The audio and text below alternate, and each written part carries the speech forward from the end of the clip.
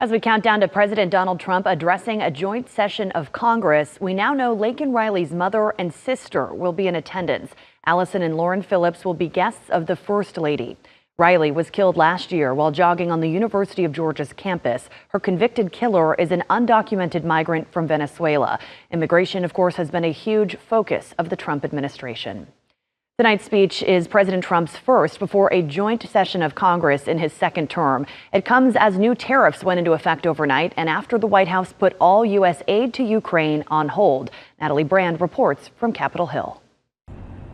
25% tariffs are now in effect on the nation's two biggest trading partners, Canada and Mexico, as President Trump gets ready to address a joint session of Congress tonight. It's going to be very costly for people to take advantage of this country. The U.S. also increased tariffs on imports from China, bringing them to 20%.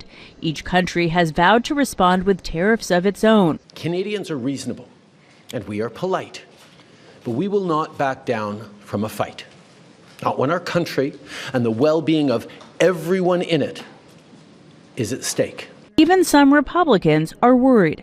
Maine's economy is very integrated with Canada. Certain Maine products, such as lobster and blueberries, are often processed in Canada and then come back into the United States. The president's address here on Capitol Hill also comes as the Trump administration paused military aid to Ukraine following Friday's contentious meeting with President Zelensky. The president has been very clear he wants the Ukrainians to come to the negotiating table. I think when the Ukrainians come to the negotiating table, everything is on the table.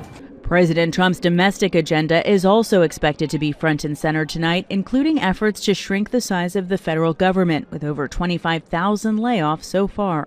Firing federal workers who do cancer research and Alzheimer's research, that does not make us a stronger country or a stronger government.